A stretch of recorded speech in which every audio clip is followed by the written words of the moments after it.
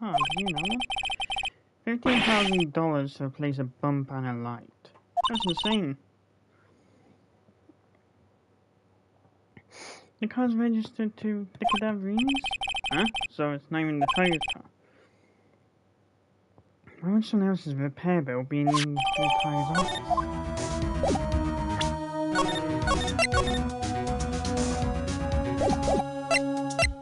Present. Take that!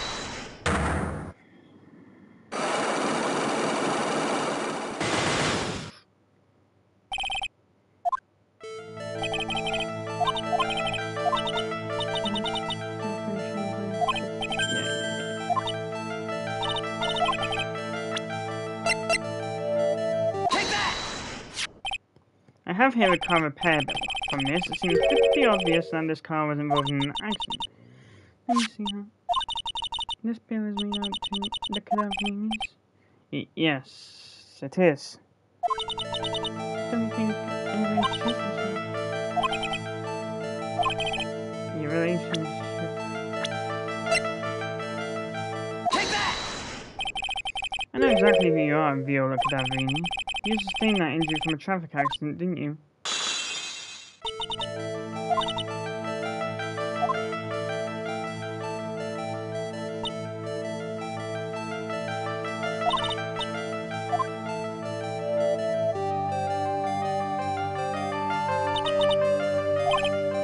Yeah, I can imagine.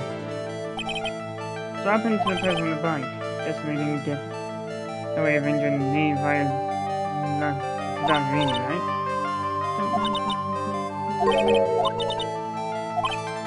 Is it possible? Could the person created the hit and run have been... Take that! It was this man, wasn't it? He was the cause of the accident. Wasn't it Don Chico? He used to believe it. We collided a motorcycle at our car. Don Chico didn't do that all.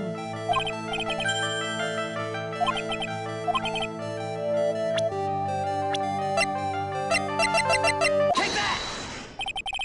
It's not exactly a motorbike, but Mr. Tigre rides around on a scooter, doesn't he? And you'll notice that the front wheel guard is badly damaged. Miss Cadaverini, you know the truth, don't you? This repair bill was paid by Furio Tigre. The Cadaverinis have known for ages who caused the accident, haven't they?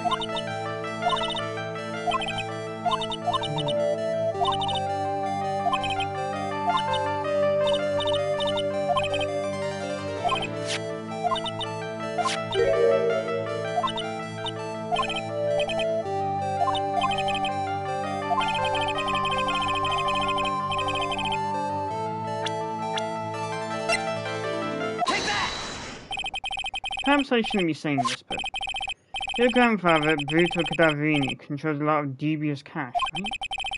And you are his beloved pride and joy?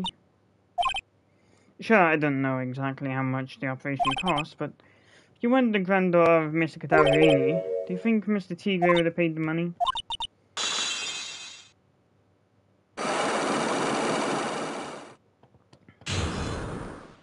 So it's all in plain sight.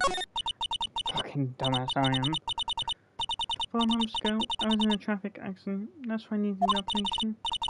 When I woke up, they told me it was nothing serious. A simple procedure.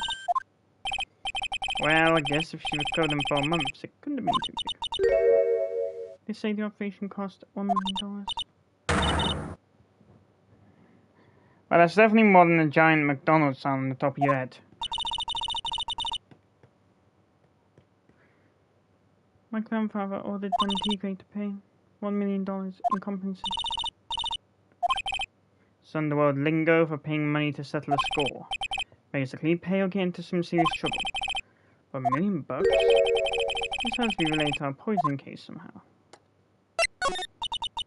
I want you to believe him. I want you to trust what Don Tigre said. He said it had nothing to do with my grandfather being brutal to Cadaverini.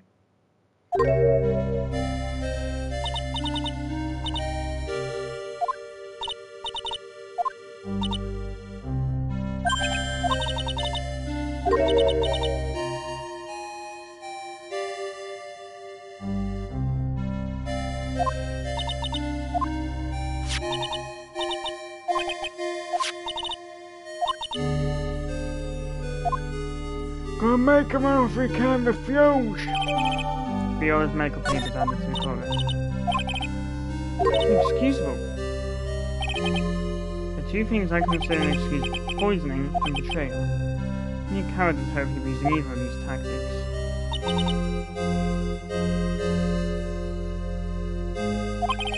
We should get going.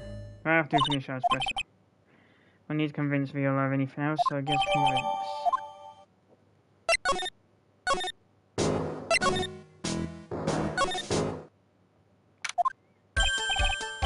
Bonjour, I have been waiting for you to return. Miss Armstrong. Ah, good timing. I was hoping to find you here without asking a few questions. Well, you ain't got anything to say to your fellas. You're talking to me? Oh, you're Collins, any you? I'm out from under the table anyway.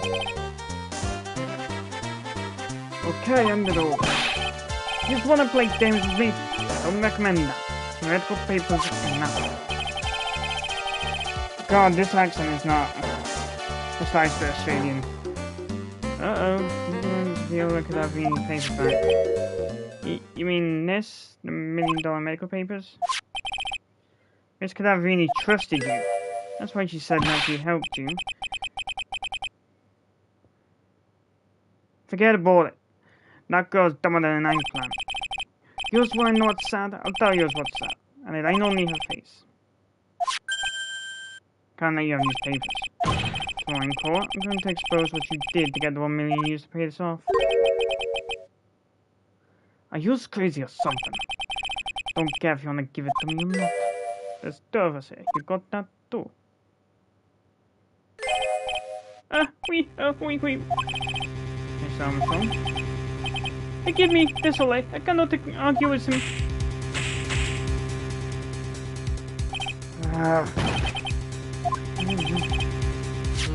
That all you've got.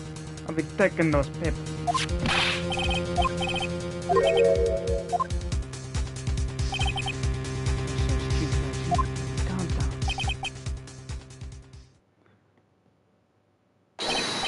Hold it, pal. Detective Gumshoe. Detective? You think you're gonna stop me, copper? Please. Whoa! Come on, Gumshoe, keep it together. You guys, get out of here. Leave this guy to me. But go, pal, and take this. Together, who's gonna look after Maggie, huh? Alright. Thanks, Gumshoe. Wait, Nick, don't even mind. I gave him that guy tomorrow in court. Then the lender is going down. Oi! The problem with the amount of British I mean is the fact that when I try and put on an Australian accent, it always comes out. Well, I've never been good at keeping accents consistent.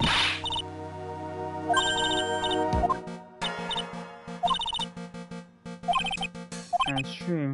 I haven't shown the same target yet.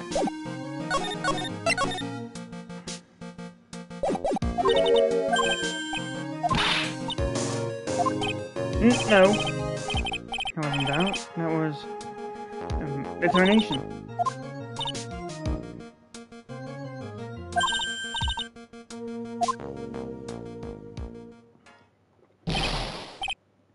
Hey, pal. Hey, Detective Gumshoe. Why stressing Maggie out? She doesn't need me. How did you know she was stressed? I was watching through the doorway. Oh. You look like you lost the case already. Show a bit of confidence, will you, pal? Hey, maybe this will help. Huh? Were you taking a phone with too? Not in a million years, pal. Don't tell me that you don't remember it. Come to think of it, that doesn't look like one of those aromatherapy bottles. This is the small bottle I turned up in Tribulations' kitchen a couple of days ago.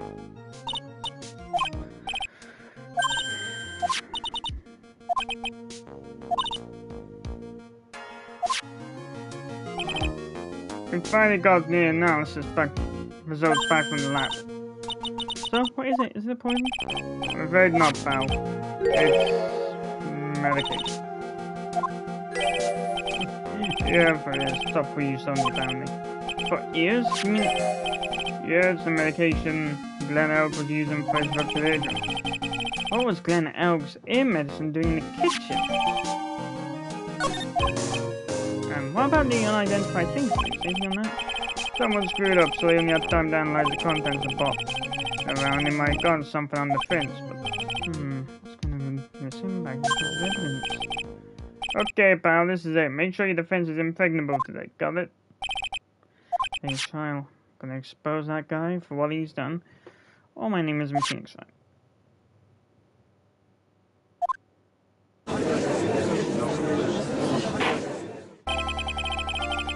Court is now in session for the trial of Maggie Bird.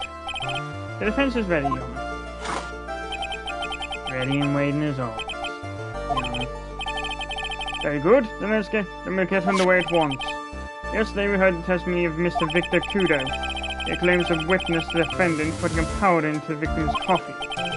However, the witness's testimony was plagued with a number of problems. Often in the cup shows that the victim drank from him with his right hand. According to the old man's testimony, picked it up from his left. Thank you, Mr. Godot. Furthermore, according to the witness's account, the victim was listening to the radio with an earpiece in his left ear. Yet the victim's left eardrum was ruptured, which made him effectively deaf in the left ear. Why is there any contradiction to some of the case now?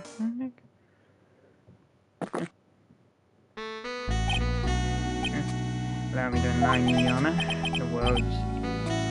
Understand? You've lost me already, Mr. Godot. Don't let the mysteries of yesterday misfire today. When you lose this gotta change the times. Are you implying that you've resolved these contradictions? No, the answer's to these riddles. Alright, that's good. The old guy wasn't just throwing seed in it, he was throwing himself to sin. They are true. Very well, let the first witness take the stand. Oh no, it is Jean Armstrong. And you are? Oh, bonjour everyone. I am Jean Armstrong, the owner and head chef of the Tribulations restaurant on Champagne. Forgive me for asking witness, but are you a woman? Oh la la, monsieur. As you can see, I am la perte and pretty gentleman, no? On a daily instant you in Trabian's kitchen. Isn't that right? With you, monsieur. Everything feels like...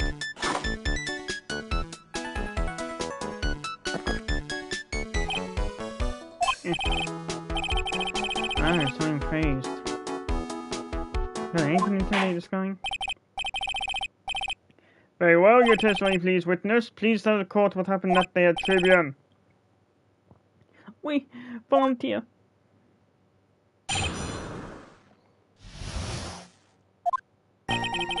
When it all happened, there were just 2 customers in my restaurant. I remember I was experimenting with some new articles up there, like having a large mirror between the tables, for example. Oui, perhaps that is what the loud man was looking at. La coupe la piece and glasses. What has seen everything in reverse, no? A mirror? Oui, un grande mirror. La most enormous mirror. And suddenly the mystery disappears.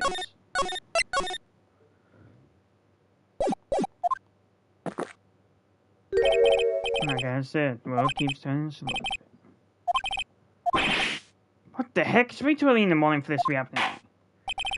Now then, Mr. Wright, you may begin your cross-examination.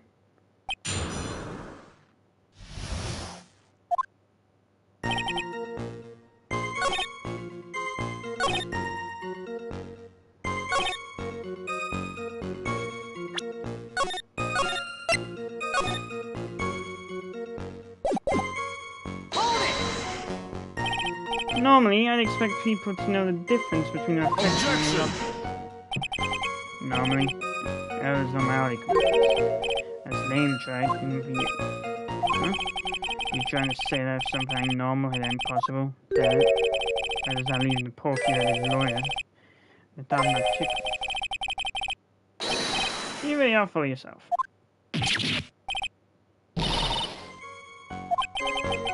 Mr. Godot is correct. The lack of normality is no basis for discounting an argument. And for what it's worth, he forgot the judge with no brain. Bien, logic has one latte.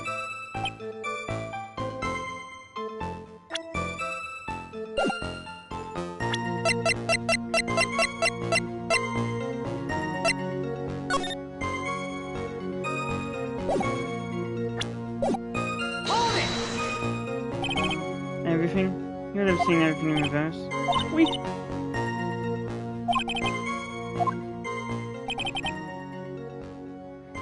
The boy was wearing the earpiece on the same side as the green lens of his specs. No question, you can look me up if I'm wrong. It was his left ear without a doubt.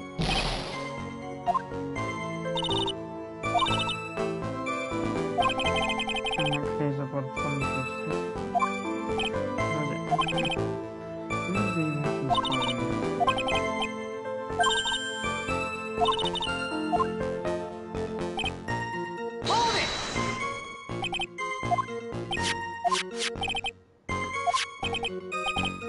You're referring to yesterday's witness, I presume? What about the other man Maggie said she saw on the table? Something tells me Mr. Armstrong isn't planning to disclose his existence.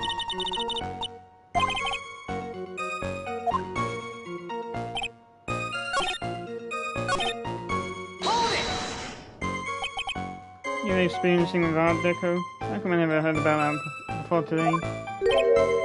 You are not familiar with the language of interior designer, monsieur? Please stay on topic. Now, why didn't you tell the cop about this before? But I did, just a few moments ago. Excuse me, Mr. Armstrong. This deco you mentioned, you're referring to some sort of decorature? No, Art Deco. It's a style of design. Talking about interior designs, walls, ceilings, carpets, that kind of thing. Ah, yes, of course, not deco. I was trying to achieve a more less feminine look for my restaurant. Trying to seem most boldly modern of that decor.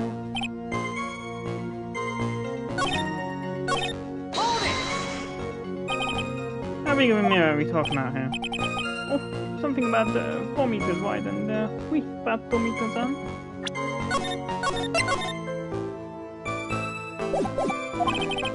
Let's see, 4 meters is about 1 yard.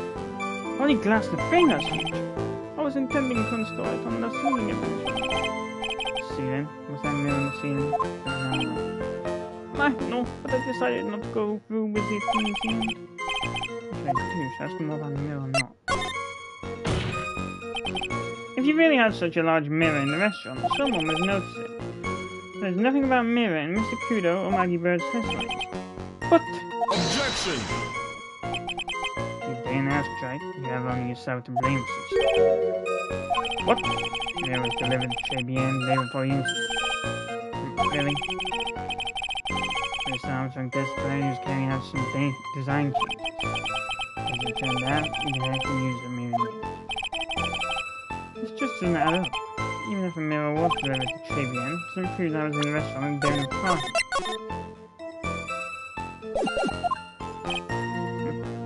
I doubt someone tried looking in it.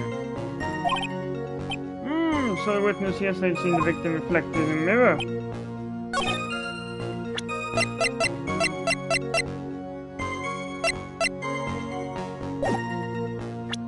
The chart? The scene chart?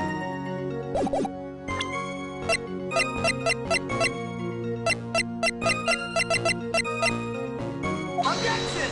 Nope. Nope, my dumbass is faulty.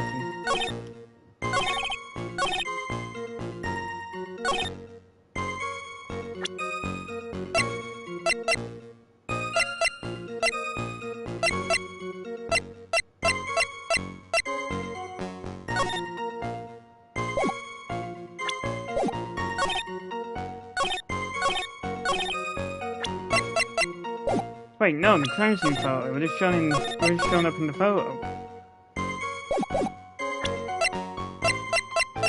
Surely it would.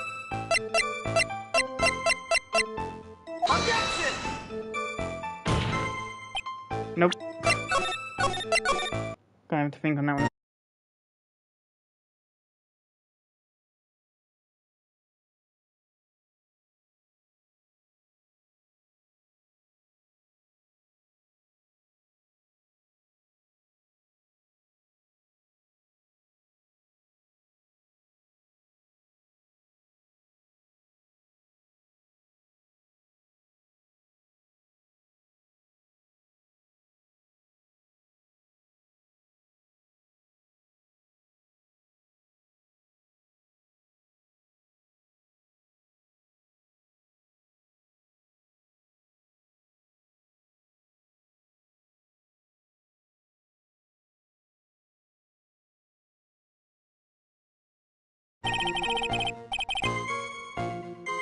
My two brain cells are clearly faulty.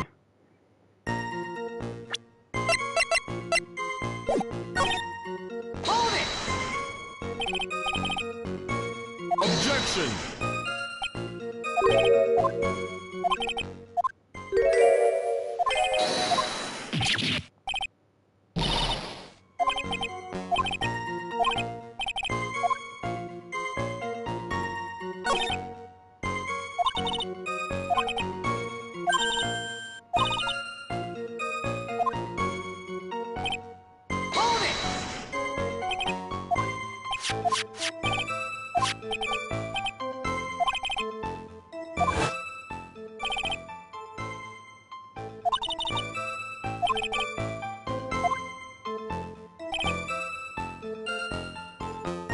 Hold it! Hold it!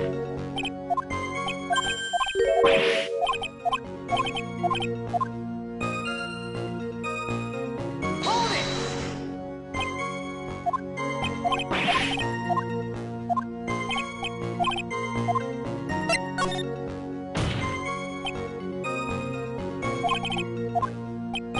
Objection!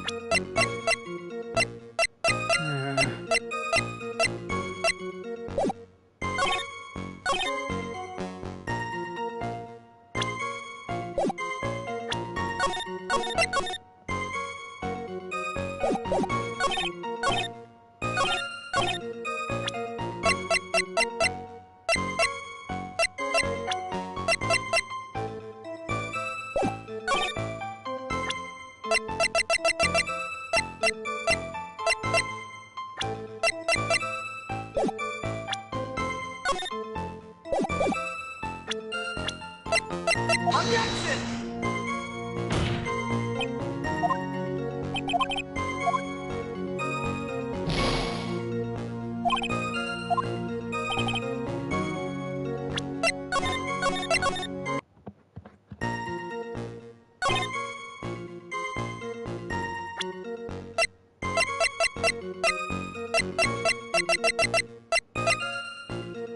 Objection! Nope. Right, experimenting new. I would have shown up on the crime phone, wouldn't it? Objection! Oh, of course not.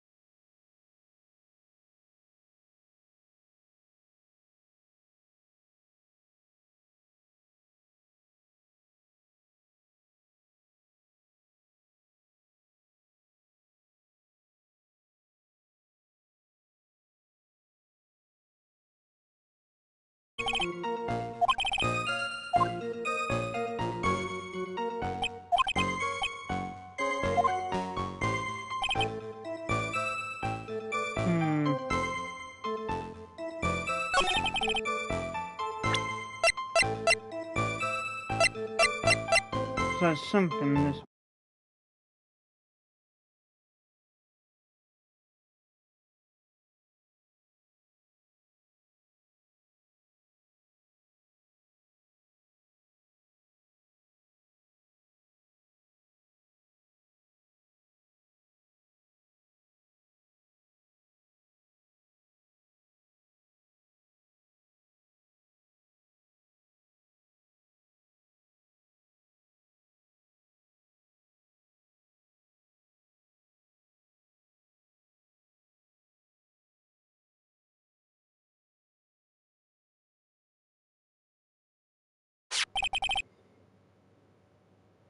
Fucking dumbass, I was supposed to go to profile.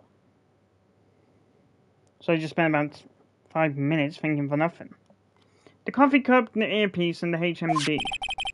Let's think back over Mr. Kudo's testimony for a second, shall we? That boy is wearing the earpiece on the same side of the green lens of his specs.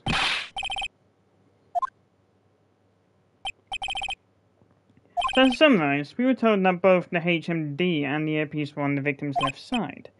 Now, if Mr. Kudo saw that as a reflection in a mirror, it means both the HMD and the earpiece were actually on the victim's right side. Exactement, you see, monsieur. Now that you think about it, it is not so hard, no? Unfortunately, that's why we run into a monumental contradiction with the facts. Mr. Kudo really did see everything in the mirror.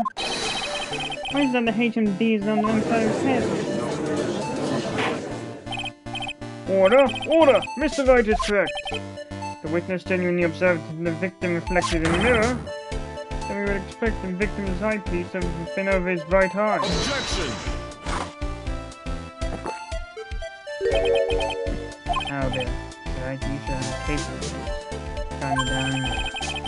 Are we talking about your coffee? Don't understand the way the victim thinks. How he thinks? You remember this. Now I broke the vase. Sorry, apologize. I mean, Mr. Kudo's sworn testimony. Exactly, the old man has one very grievous habit. Huh? Clearly, it's the victim's eyepiece. That's my point. The old man is like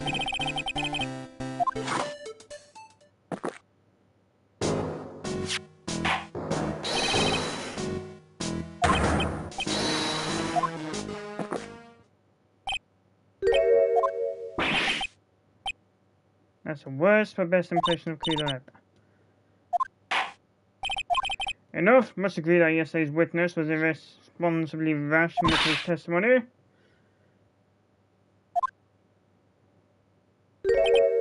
Mira can't be beaten by a handful of seeds, nor can it lie. So that exactly was the old man looking at. Better say go on, tell the court all it is. Oui, I can explain. Please, if you will look at the plans of the restaurant.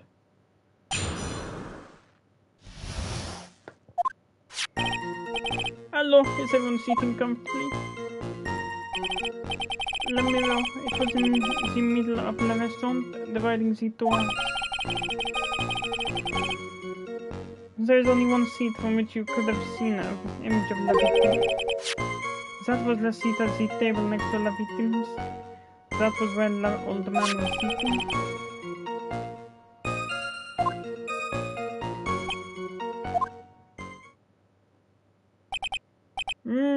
I see no problems with the explanation we've just heard.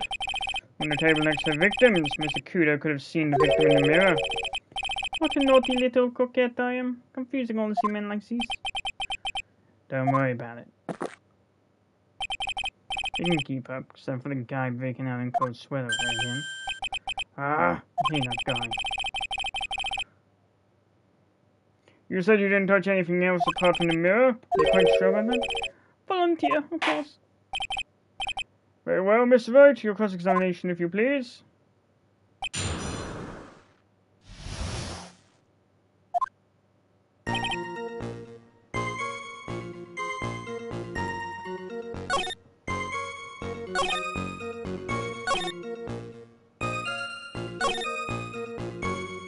Actually, I didn't touch anything else.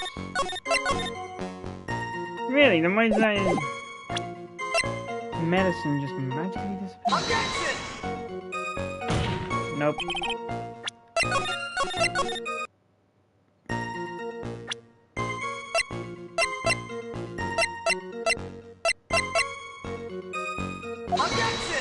Nope.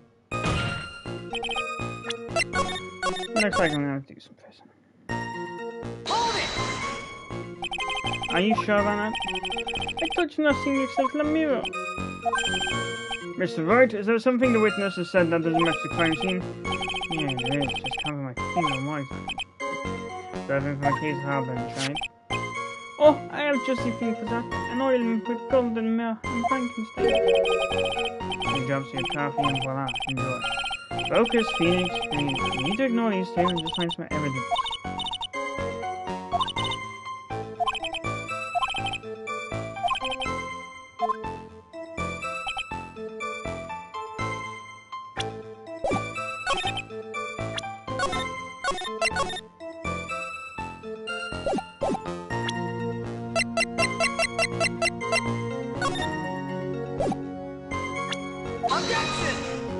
Nope. That your fucking idiot meme comes to mind.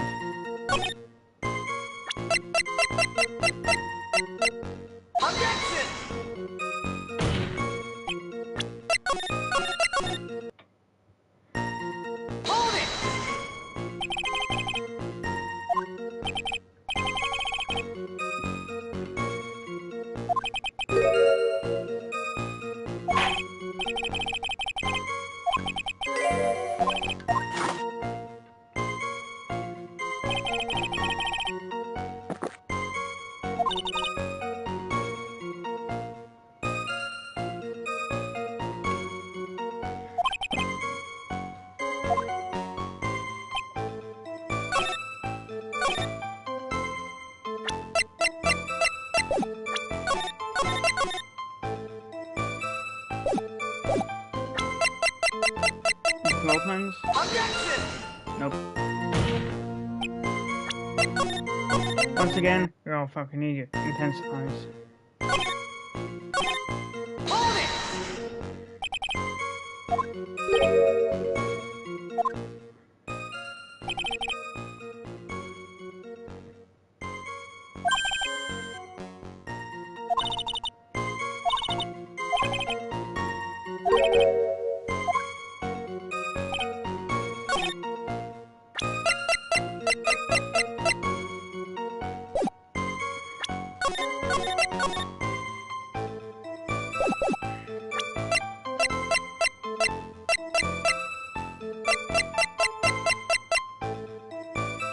Objection!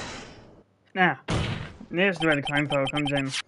This piece of evidence contradicts with the testimony we have heard, Your Honor. The crime photo? Yes, this photo clearly shows something that theoretically should not exist.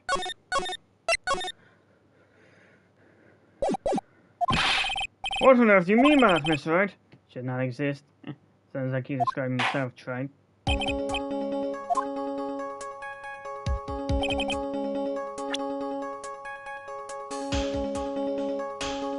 Take that!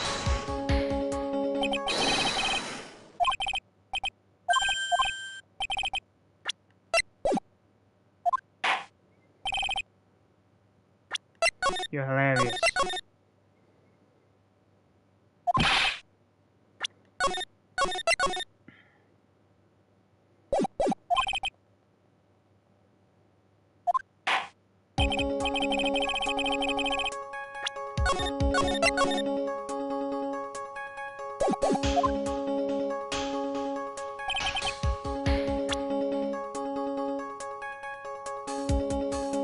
Take that!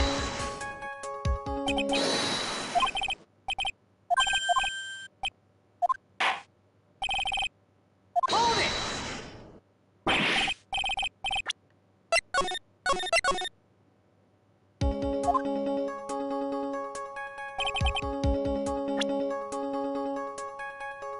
Take that!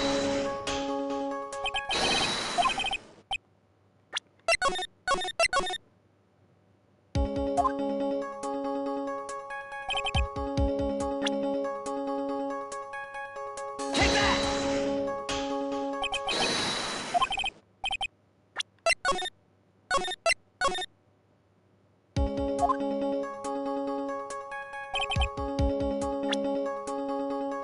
Oh, yes. Take that!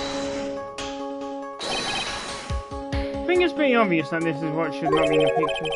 The vase? What possible connection does this have with the witness's testimony? Your Honor, I'm telling you that there should have been no vase on this table. But it very clearly contradicts with this piece of evidence. Take that! There's one thing that was clearly demonstrated by yesterday's testimony. Mr. Kudo broke the vase that was on the table where he was sitting. And yet, as the court can see, there was an unbroken vase on the table next to the victim. Why? Because Mr. Kudo was not in fact sitting at the table next to the victim. Objection!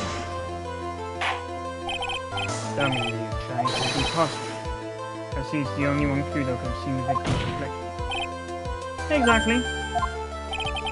There is only one conclusion we can draw from this contradiction. There was no man in trade the end that day. Your testimony, Mr. Armstrong, is an elaborate lie. Objection! Don't try to confuse the court. Obviously, we wouldn't clean up. Please take enough time. Unfortunately, Mr. Godot, that doesn't quite work. Mr. Armstrong already testified to the contrary. In his own words, I did not touch anything else except the mirror.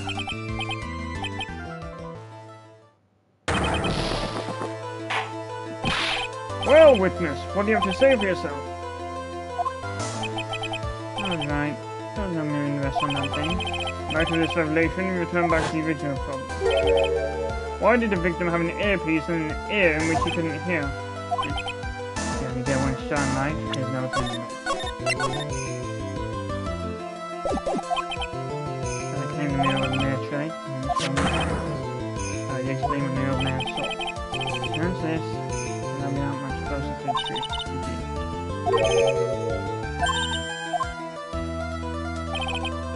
Remember what Maggie told us?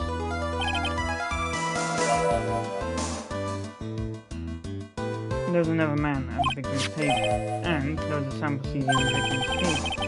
All flies in the face of Mr. Kudo's testimony. I think I know the reason why nothing in this case is adding up. Well, Mr. Wright, let's hear your answer. Yes, Your Honor.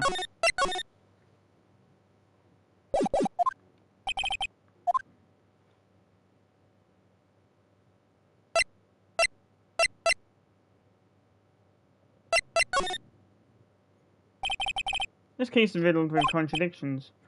Yet there's one very simple answer that cleans them up. And what is that? The incident Mr. Kudo witnessed and the incident the victim experienced were two completely different events. Yes, the victim that Mr. Kudo saw wasn't Mr. Glenelg at all. He was an imposter, a phony pretending to be Mr. Elg, or Mr. Glee if you're to be specific. Obviously, unlike the victim, there was nothing wrong with the imposter's left eardrum. That's how he ended up wearing the earpiece and was left there by mistake.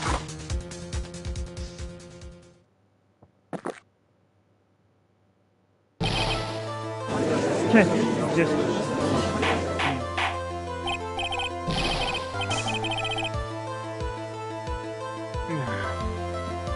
Order in the court. Settle down or clear the courtroom. Quiet, Grams. What are you clear, huh? What did you say? Good. You saying that when Mr. Kudo saw it set up? Yes. Someone pretended to be Glenelg and acted out the whole coffee poisoning, all for the express purpose of keeping a witness of one Mr. Kudo. Why would anyone want to do that? It's obvious. The thing Mr. Kudo was most insistent about in his testimony was...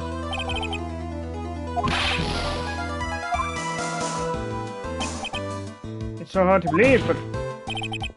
There was one and only one reason to show Mr. Kudo this fake poisoning. To show Maggie Bird in the act of poisoning the coffee. Objection!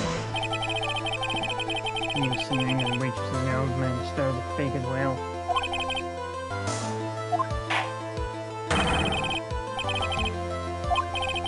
That's right! Well, witness, you asked from where he was to see such theatrics, you would have known about it, correct? Oh la la, this is most difficult. No, it's quite simple. All you have to do is testify. You're under oath, after all. Was there, in fact, a phony trivia in that name? The defense demands that Mr. Armstrong tell the whole truth about what happened to it. The defense's request for additional testimony is accepted. Will accurately explain in detail the events in the restaurant that day. Oui.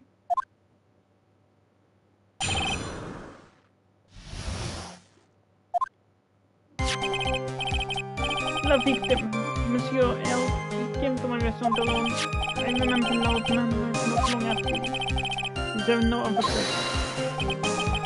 When he got word he won that lottery, Mon L became very excited. It was approximately 5 minutes to get there that the poisoning incident occurred. No, there was no time for phony to do that. Just so we're clear, there was no mirror in the restaurant after all. J'ai vu tout le monde, pardon. Forgive me, Your Honor. I lied because I wanted this mess to be cleared up quickly. What you have just done is commit perjury, Miss Armstrong. I'll decide how to punish you later. Oui. But now we will hear your cross-examination. Mr. Wright, if you please. He took that perjury charge a bit too well.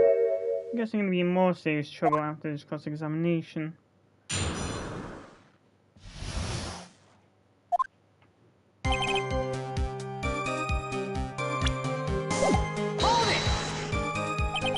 Was he alone at the table as well?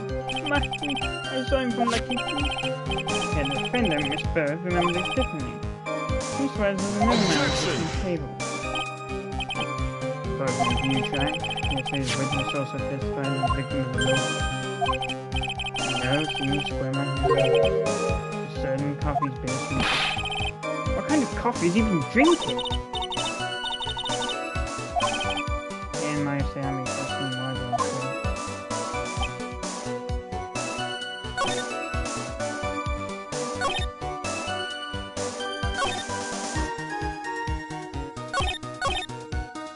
Hold it! Objection!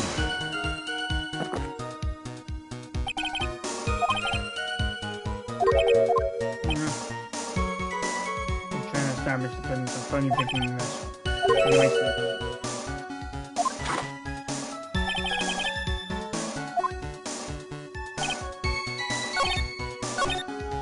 Hold it!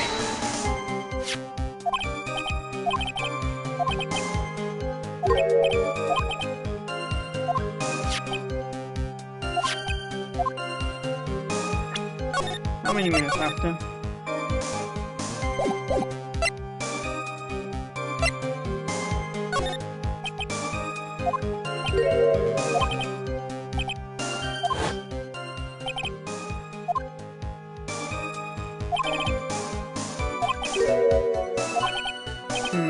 Just after 2 minutes. Thank you for your help in jogging my memory, monsieur. You're wonderful. I'd say all the time do nothing now, can I? Got no problem with it.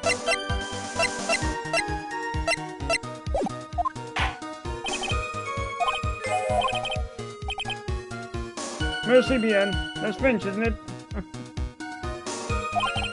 I'm glad at least one person's in good mood.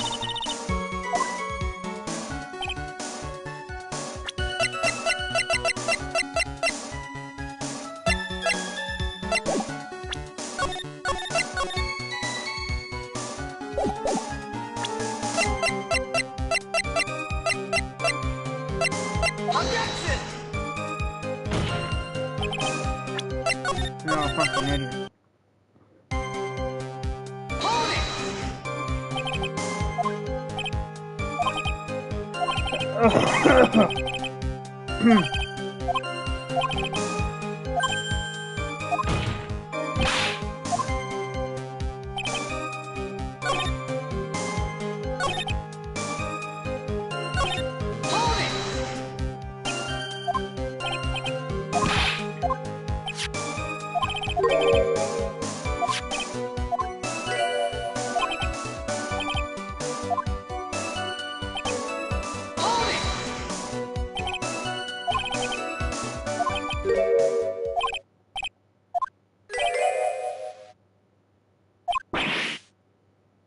Clovis?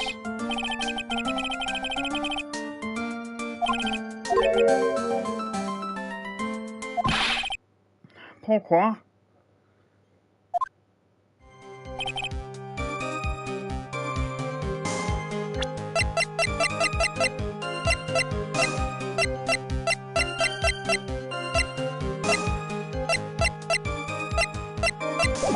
Hold it!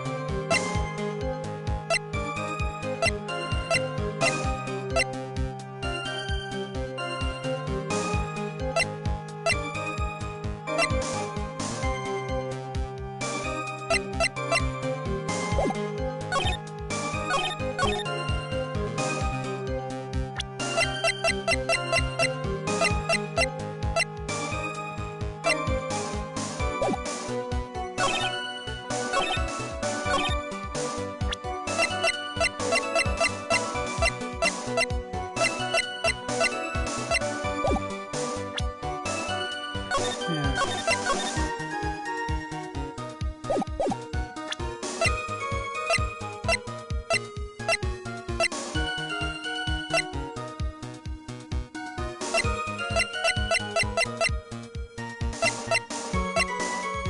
Objection!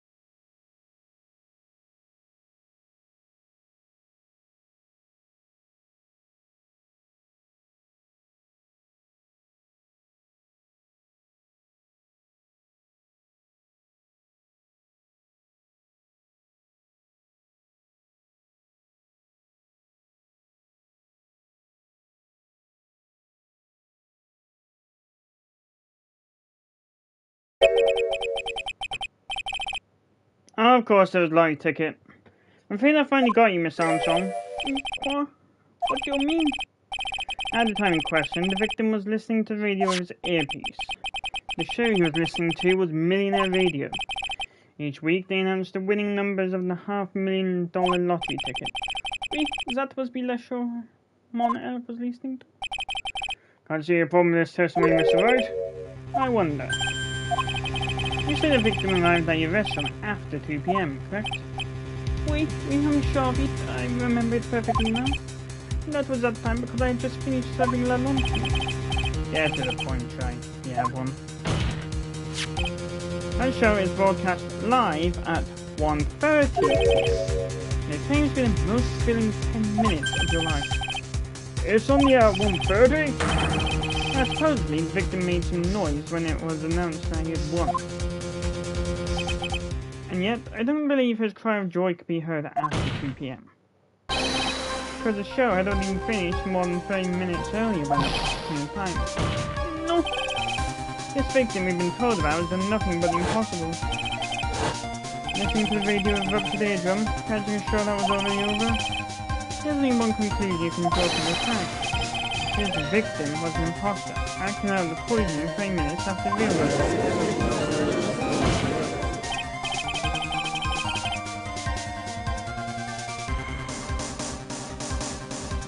Yes, there were two Glen Elgs in the city in that day. The real Glen Elg, now dead, having poisoned by the real killer, and the phony Glen Elg acting out the events for Mr. Kudo's witness. It certainly seems that way. I mean, if that wasn't the case, how could you explain the time discrepancy? By the performance, right? You're almost invoked. Sadly, he's acting rock hard foundation of rhythm, but still just not. What is this? Music Theory 101? Broaden your imaginative theories now substitution. Phony out is the following play for the benefit of Mr. Kudo. How do you explain them as real Mr. Glen Elg? In the kitchen. I don't believe I have to spell this out for the court. However, at the time, the real Glen Elg was already dead. That's certainly the obvious conclusion. Right? That's exactly what it is. What? How did you make the explain yours? Can you explain what the missing called point to? Yeah.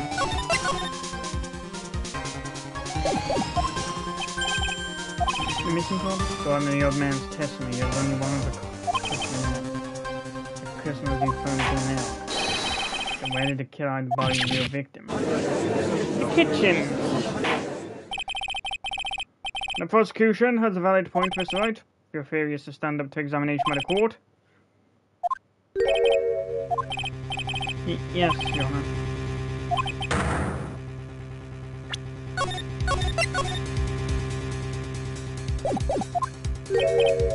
Everything?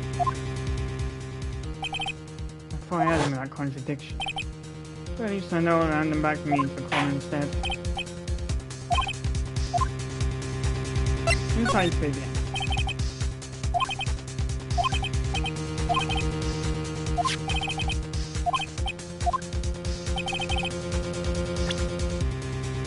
medication! Take that!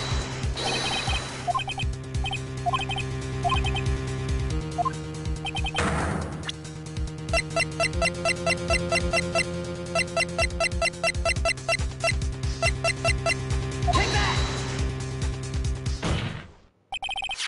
Mr. Armstrong, do you recognize this bottle?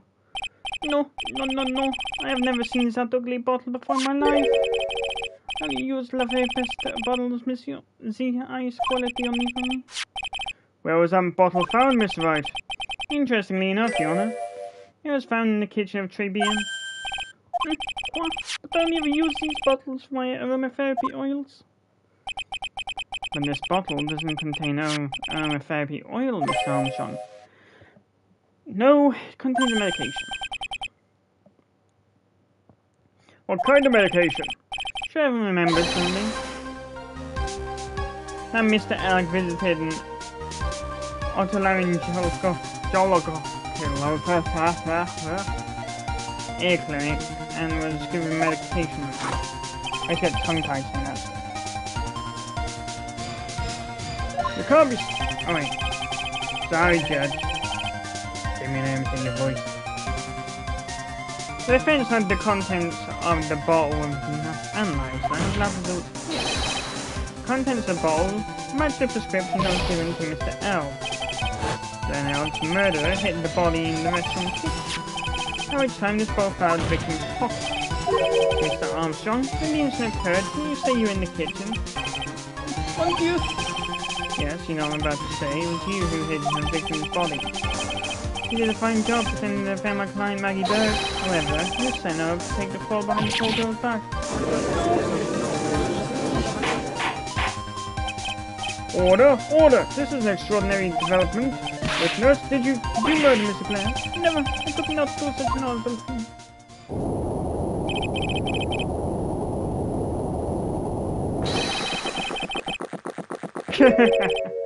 Mr. Godot? Goodness. Every time I get lied to, I always sound much calm. You have the slightest idea how many cokes you've had by now. I think the same proportion like taking down my empty cup. How about a brand new flavor here, my aged deficient. You should put them on the bottle. Please, listen to me. It is a trap. Listen to me, por favor. Yo hablo español, Mr. Armstrong, and por favor is Spanish.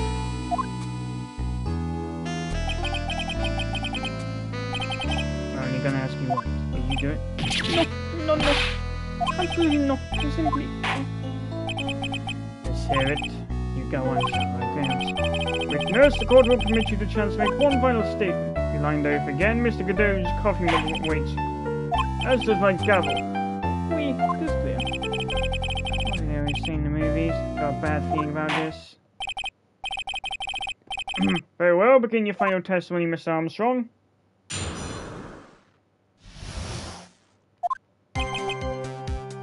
It is true, I hid the body in the kitchen. The man forced me to do it, I had no choice. I had to go along with him because if I was reason I could not refuse. But I did not kill him, it's right, you must believe me. You were forced? By who? I cannot say, or I will be harassed. Let's try a different question then. When Mr. Elg died, was he really the only person at his table? There was.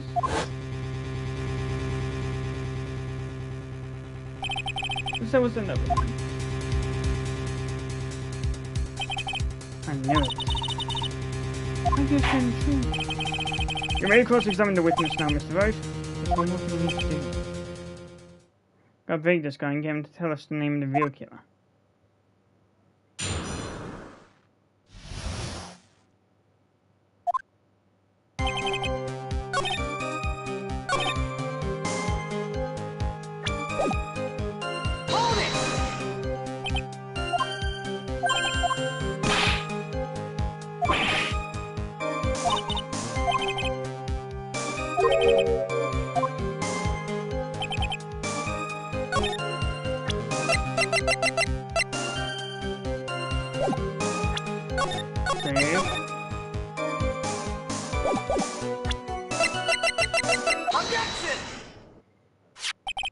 You have a $500,000 debt, don't you?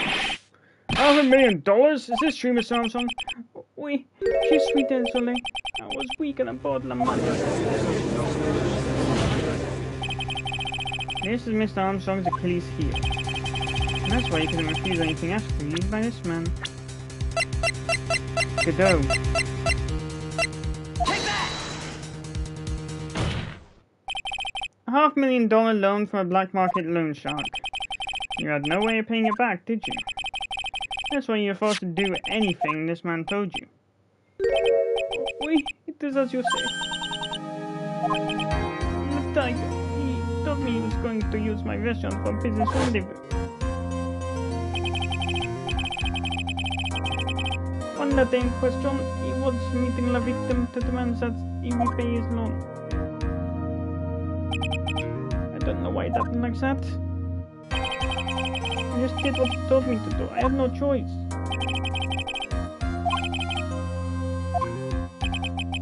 I think we can now safely say that the man who forced your hand was Mr. Furio Tigre.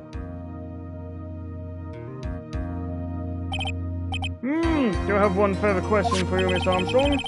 Poisoned lottery tickets that were found in the defendant's safe pocket. Was that your doing as well? No, I know nothing about that. Making it look like it was Maggie who had done it. I was not. It is unspeakable.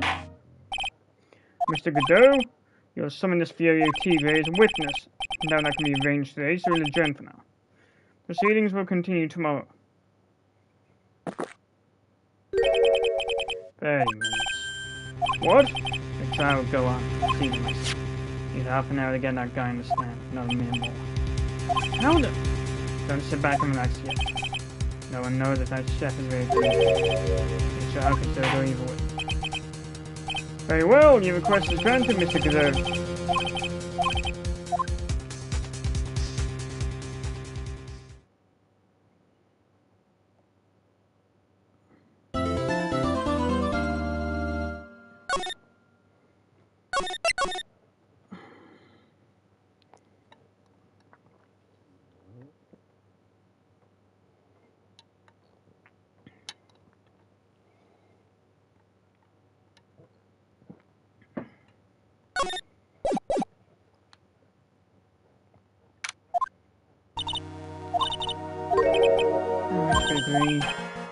I cross-examined Mr. Armstrong just now. So he was just doing what the tiger told him to do. Godot, who picked up on it, remember? Pointing out that without proof, we don't know if what he testified is the truth.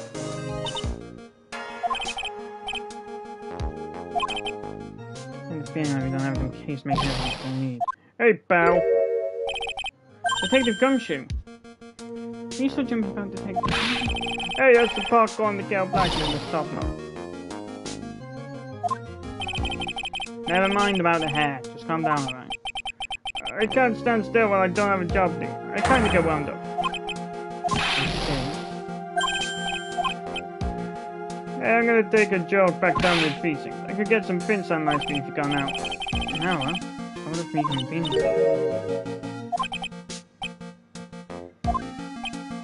You said you could get some fingerprint analysis done in the You bet. In that case, would you mind checking the prints on this for me? Or Magatama?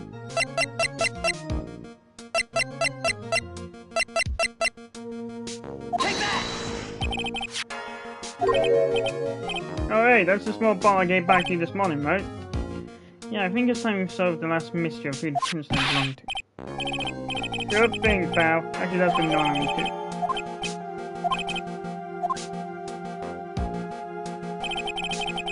Pretty much the final shot, I guess.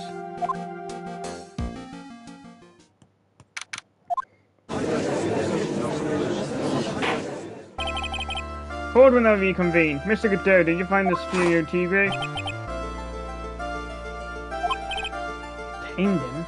There's naming the Furio Tigre, the clown.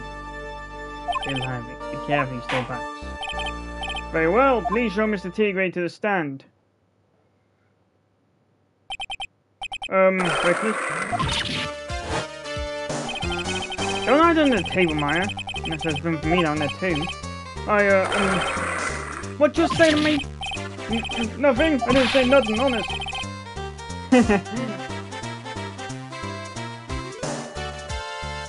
You could have guessed that fear would induce a bad Brooklyn accent in the judge. I got business to take care of. You hear me? So who the hell got me in this way? Was it Joe Spikey? No, of course not. It was the judge. Your Honor? Oh, there I am. I seem to drop my pen. What on earth is it? Don't mind me, just carry on with the proceedings as normal. That's it. We're doing this. Maybe you didn't hear me. I said who that was it that caught me then. There's no need to shout. We can all hear you. What do you say? There's no point struggling. You're calling a snare. Lend the snare law. Now I'm the one that owed you. Too cool. Something getting about you, Nick. Let's start a bit. You know about the incident in question. Incident? I don't know nothing about no stinking incident, mask boy. Nuh-uh.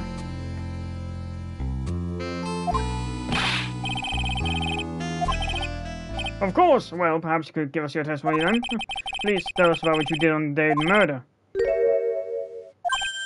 Phoenix Roy. You're the one who set this up, didn't you? You're just gonna regret the day you offered the tiger's fur. You know what I'm saying? Maybe you should buy a diaper every day. Get a grip, Nick.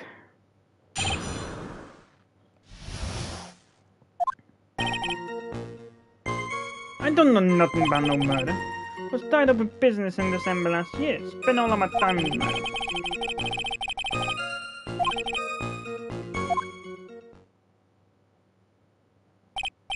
Ah, at last I found my pen. Very well then, Mr. Rock.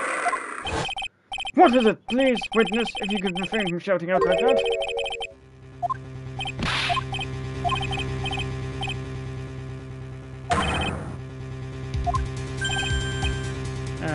Non-contact issues is fine.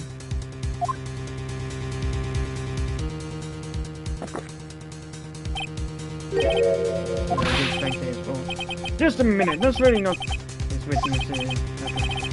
a tiger roaming the urban jungle. They're on his bad side and we buy security. Very well, I have no choice but to impose a penalty system here.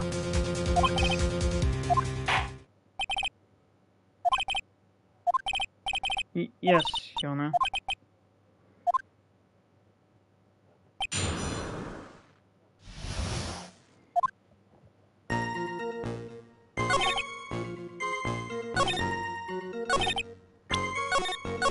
Since I don't know which how we need to go down. Hold it!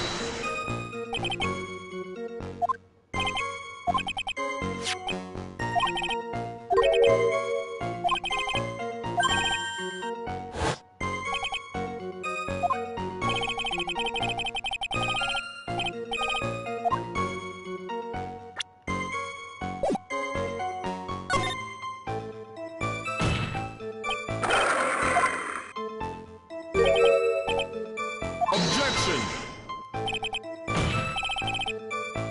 Objection!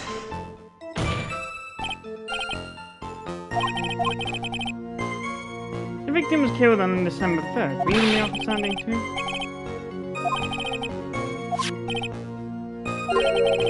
I do believe the witness's last statement was important. Mr. Dave, please... Mr. T-Ray, class to you as the last statement of testimony. Don't let an animal beat you. Be a man, Your Honor, and ask him yourself.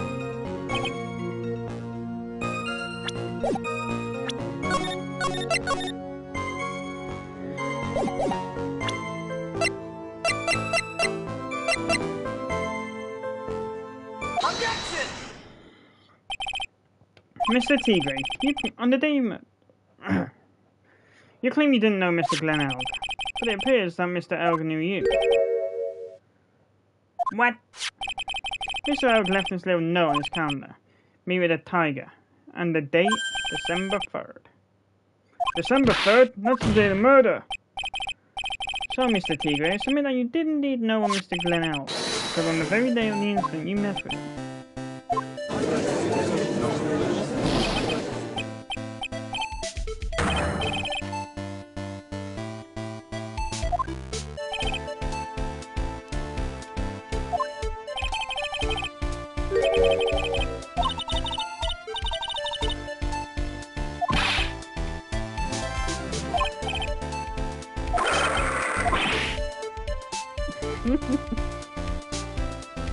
Uh-oh!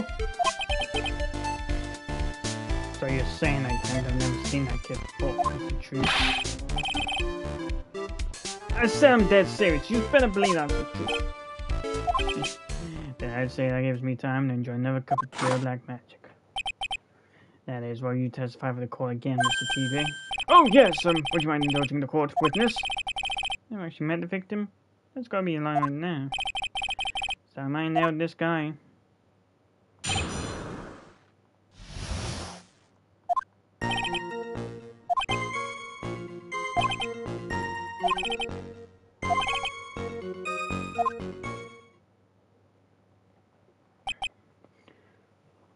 I see, now seems perfectly logical.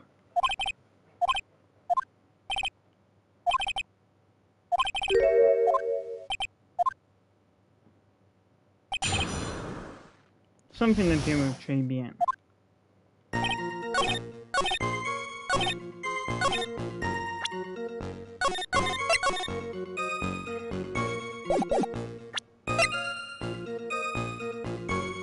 Objection! Mr. TV, is there something you'd like to tell the court about these matches? Matches? What you was talking about? You found them in your office at Tender Lender, they're from that restaurant. What? If you've really never been to JBN before?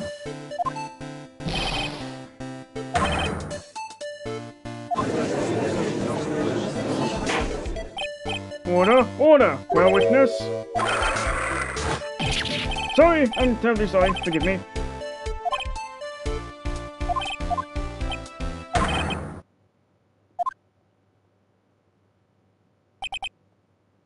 Well, well. Looks like an order just came in for another testimony. It's close to proving us in.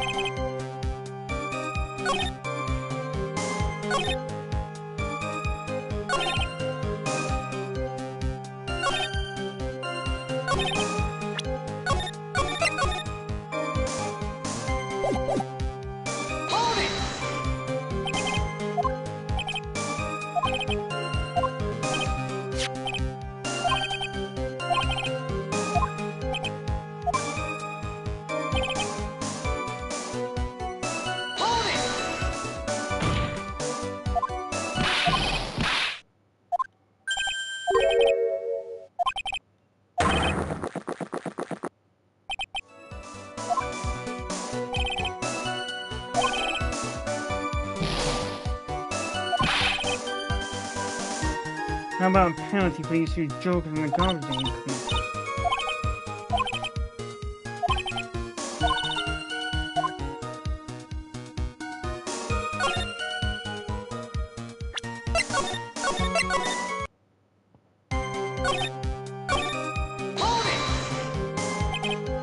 Objection!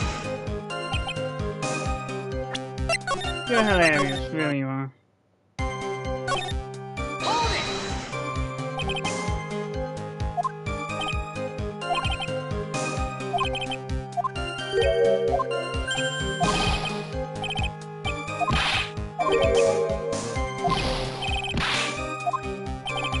Is that for real?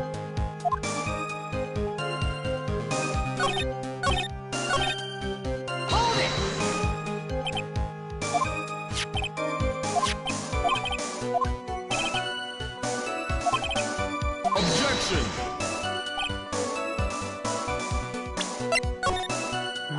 Oh, Dave, go fuck yourself.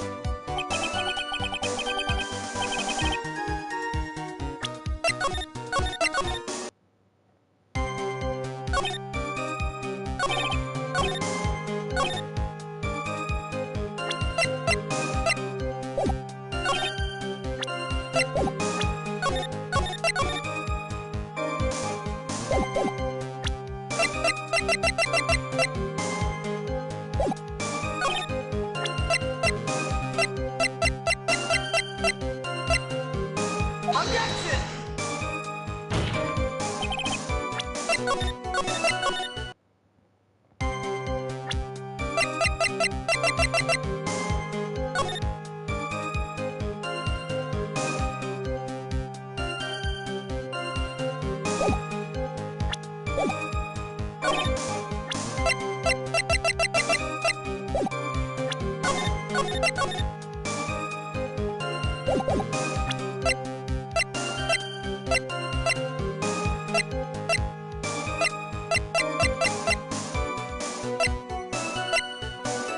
Objection!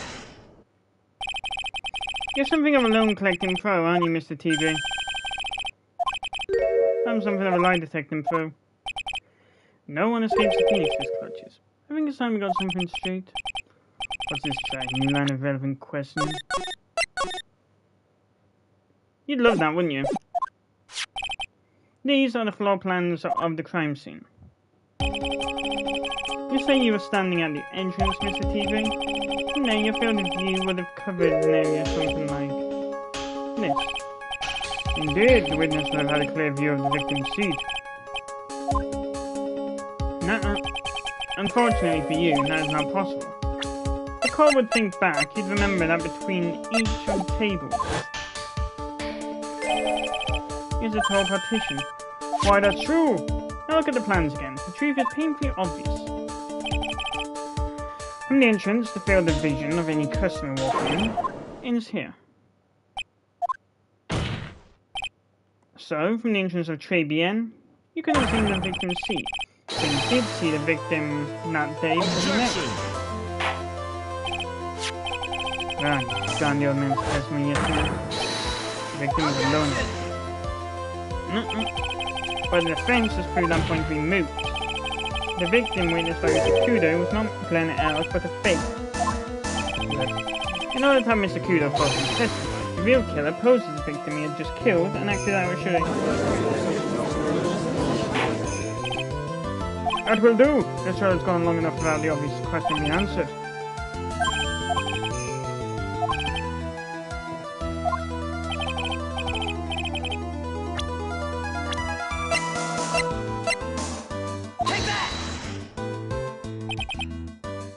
Obviously, the killer is Furio Tigre. No one else could have done it. What? Well, witness?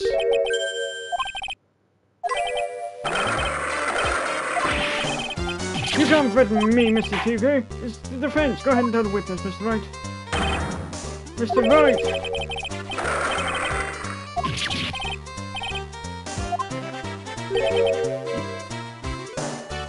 Perhaps I can Mr. Godot.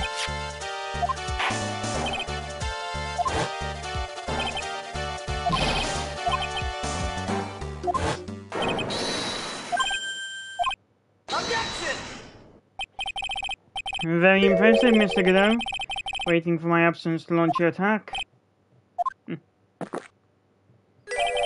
Found your pen at last, right? It was in my... Ahem! But anyway. Mr. Kudo witnessed... Sorry about that, I had to imitate the judge for a bit there. Mr. Kudo witnessed two people that day. He saw the victim, the supposed Mr. Glenn Elg, and the waitress from behind. Yes, your point, Mr. Wright? I think the conclusion is obvious. This Glenn Elk was really the killer in disguise. It surely is possible the waitress was also part of the show. What? You mean the waitress was an imposter as well? The defendant, Miss Barrett, fell unconscious immediately after the incident. And someone used her fainting to plant an elaborate plan to pin the murder on her. Who on earth was it?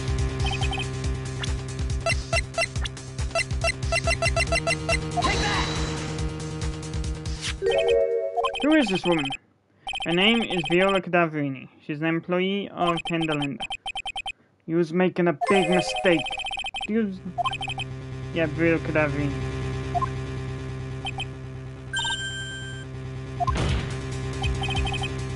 Where was I? Yes, the defendant, Miss Bird, has stated the following.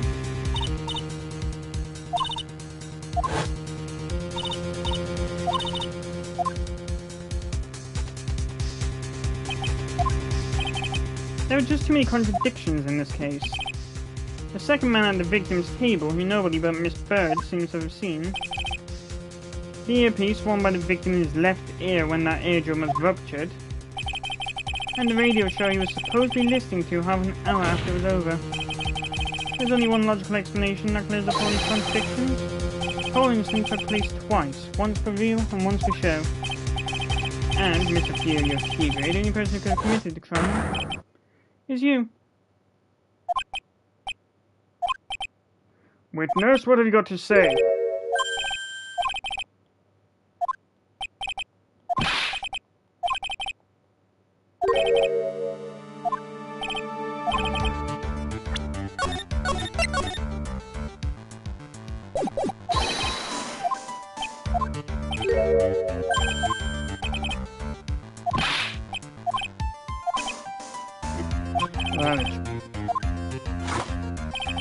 Looks like we're gonna need no one for the vote.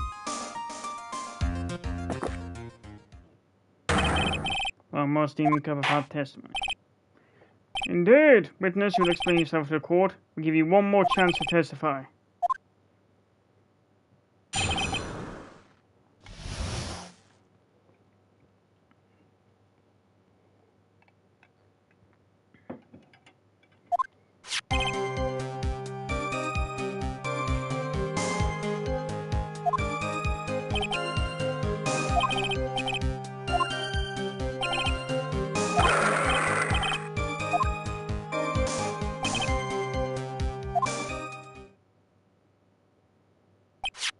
No, I say that the principal amount you loaned to Mr. Elg was $50,000. That's faster than fast. $100,000 is twice the principal. And the repayment deadline was on December 3rd, the day of the incident in question.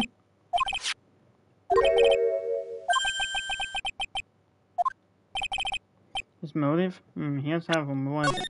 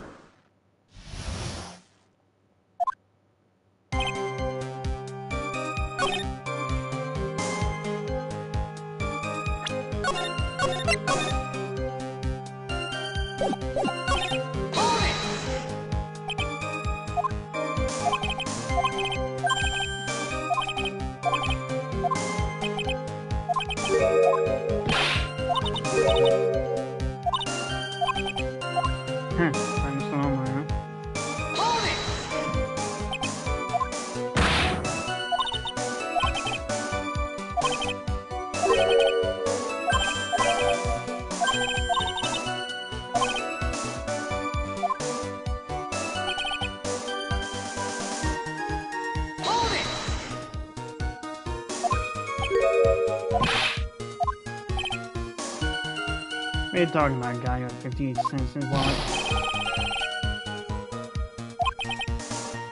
He certainly seems to have been a brave man, Mr. Glen Elg.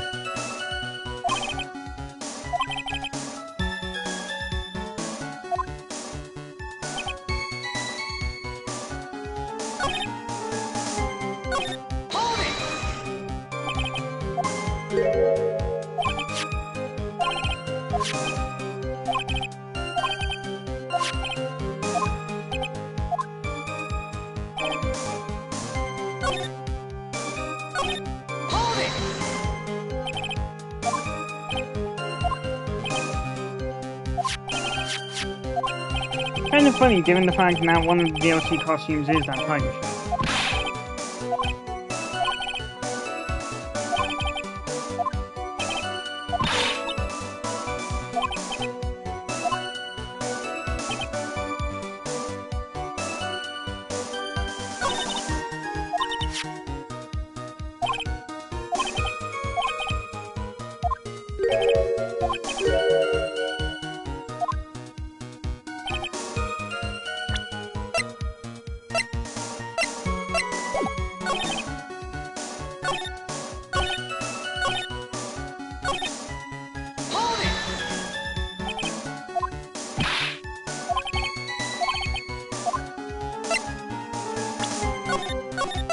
Ask how things would have been. Good luck.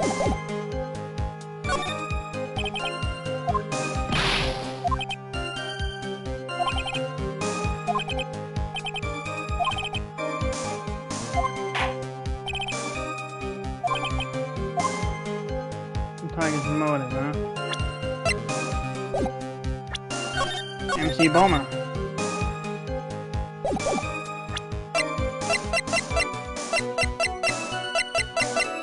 Objection! So you just intended to get back the $100,000 Mr. Elg owed you, correct? Unfortunately for Mr. Elg, I don't believe the $100,000 is what you're really after. Where are you going outside? What else would the money lender be after other than money? Oh, the money lender was after money, but money in a totally different need. Kind of money that a single disc like this would fetch. What is that? A computer virus, Your Honor. A virus called MC Bomber. A computer virus? What does one of those do? Computer virus is a program that wreaks havoc on the inside of a computer. Computer? What does one of those do? Sorry, I had my brain surgically removed as a kid. Just a bit, and the only part of his honor that was from the Stone Ages. Explain it to you later, Your Honor. Right now, this is the important part. A virus like MC Bomber would be worth several $1 million on the black market. Several $1 million? Lending money with no hopes of ever seeing repayment would not only be bad for business. In this case, the very fact that Glenn Elk had no way to repay the money is crucial. What? Glenn Elk was a programmer, a highly skilled programmer. That skill was the collateral Mr. Elk put up in order to borrow the money. Objection!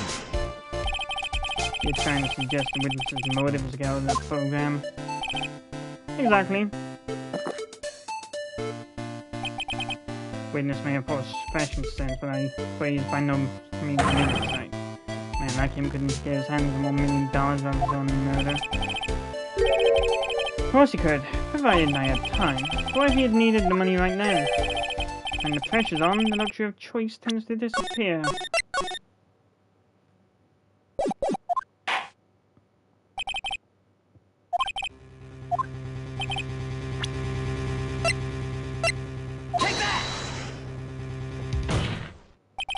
In December of last year, you found yourself in need of a huge amount of money. About 6 months ago, you were involved in a traffic accident, weren't you? An accident involving a car and a scooter in which a young woman was injured. She was taken to the hospital where she underwent surgery. How much of this do you know? These medical papers document the treatment of the young woman in question. According to these, her operation costs $1 million.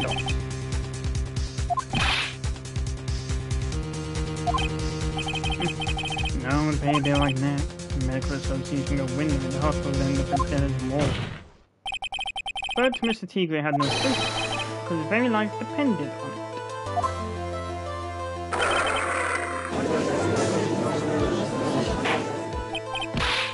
Order? Order! You say his life depended on it, Mr. Wright? Indeed it did, simply because the injured woman was none other than Viola Cadaverini. Did you say Cadaverini? Bruto Cadaverini, mob boss in charge of all underworld activities in the city, and doting grandfather to precious Violetta, also known as Viola Cadaverini. Your life was in danger unless you paid compensation to the boss, correct? Which makes sense. You're desperate to acquire the $1 million Bruto Cadaverini demanded of you. So desperate, in fact, that you decided to sacrifice Glenn Elg's life for the potential to pay yours in the end. On the day of the murder, Mr. Tigre's sole intention was to get his hands on the CD. Glenn Elg had no way of paying back the $100,000 and Mr. Tigre knew it. But then a miracle happened. I know Mr. Tigre would prefer to say never happened, but he can't, and neither can I. So how did he win?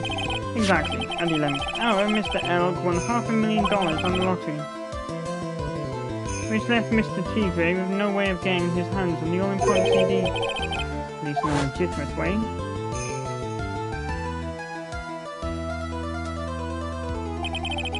so he resorted to illegitimate means. That's crazy. He murdered Glenn Elg and then made his next move to frame Maggie Bird for the crime. Mr. Tigre posed as Glenn Elg, while Viola Cadaverini played the role of Miss Bird. And then they reenacted the whole thing in order to establish a witness. The witness being the one we all heard testify yesterday, Mr. Victor Kudo. Like I said, it's crazy, no? Oh my god. Stars, there's no way the chefs have been setting it up. But Mr. Armstrong was in on it from the very beginning. Have you forgotten already, Mr. Godot? Mr. Armstrong owed his witness money too. $500,000 in fact. He had no choice but to go along with Mr. Tigre's plan. Oh my god, he's right. Oh. Order, so. You just put on a good joint, Spike. Just want to stay alive in the long talk business. Yeah.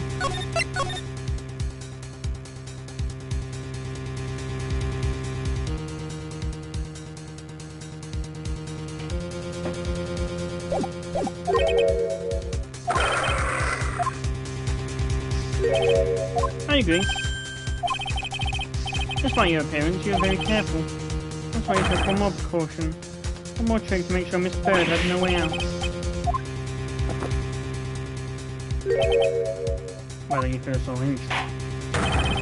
What was this trick you say Mr. TV performed to frame the accused?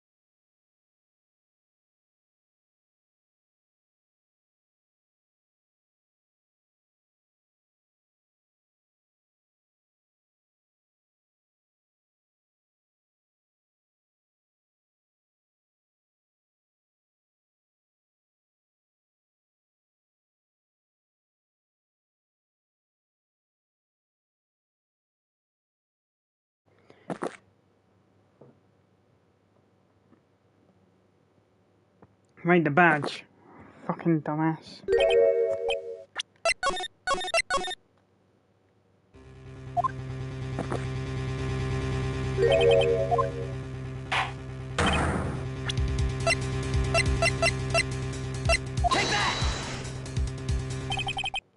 What on earth is that? What insult think anyone could be fooled by such a childish imitation?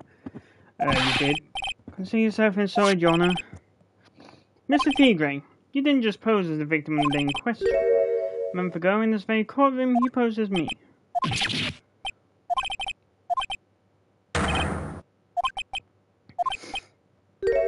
Although, now that I think about it, it was you, wasn't it? No doubt about it. Something in this very court.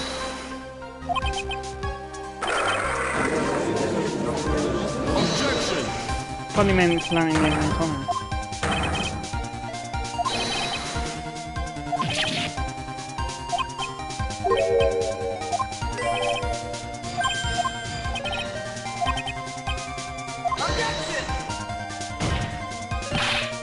Objection! Objection!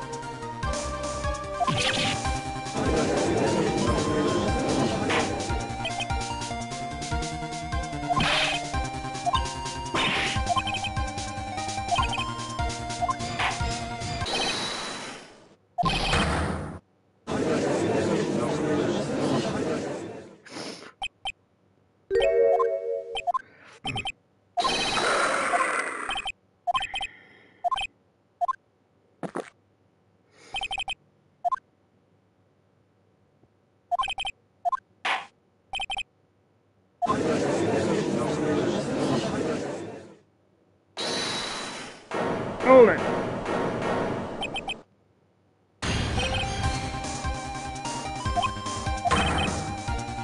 Detective Gumshoe, sorry it took so long, pal. What is it, detective?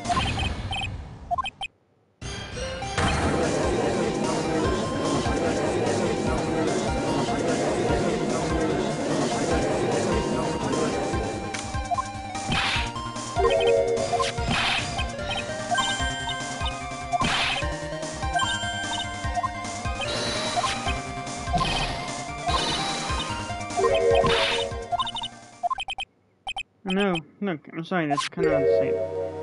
It doesn't make any difference whose prints on my bond.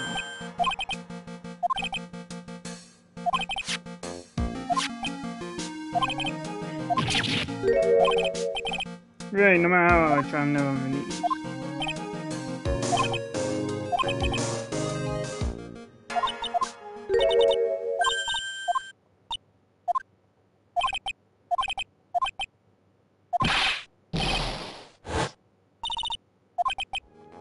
You gone?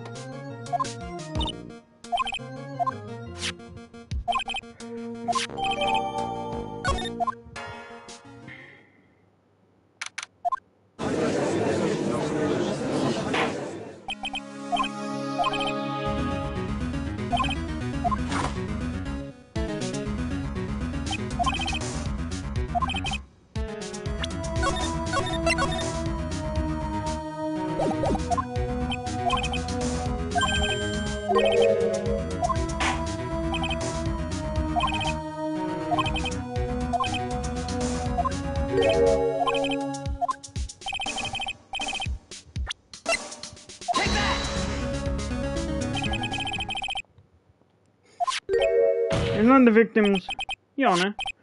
Naturally, the cause are you aware of the contents of this bottle. However, interesting new information has come to light. We have clearly identified some fingerprints on it. Fingerprints belonging to you, Mr. TV.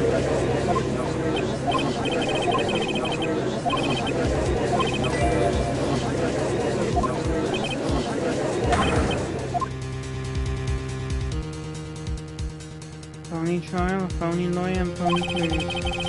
Everything around this case has been phony. Seemed like the perfect excuse for some phony evidence. Mr. Tigre, this is a decisive piece of evidence that will prove your guilt.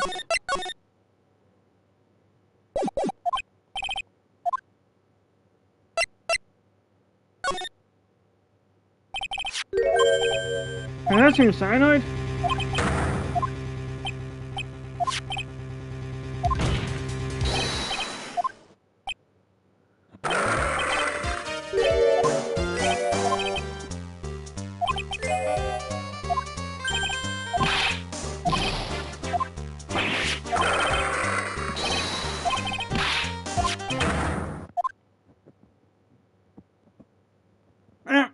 You just...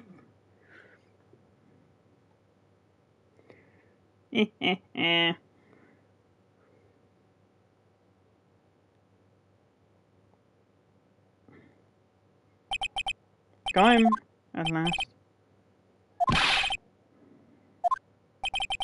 Is this the boy you're referring to?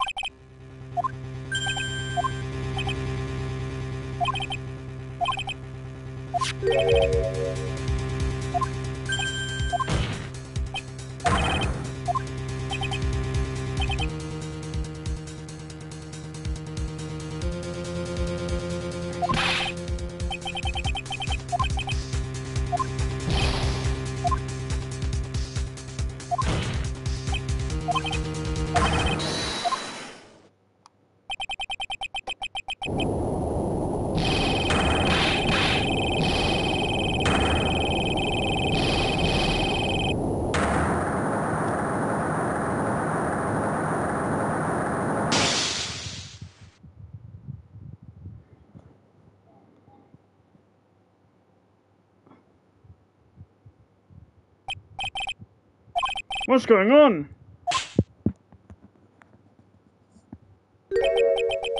Well done, Tribe. Save my son even a cup of coffee just for you. Save it. When you watch the police restrain your...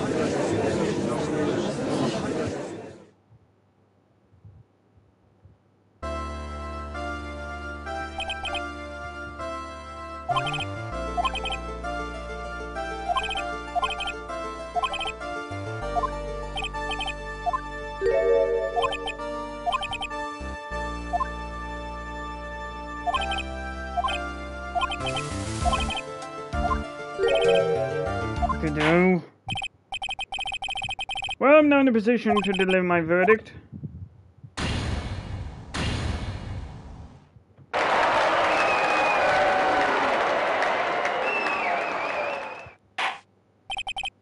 That is all. This court is adjourned.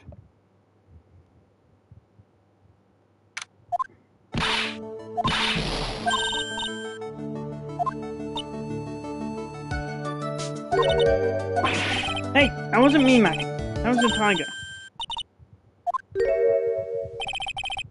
Detective Gumshoe. Oh, guess I'm...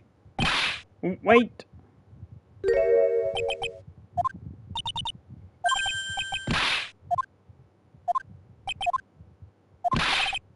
I knew you were in the snow all along.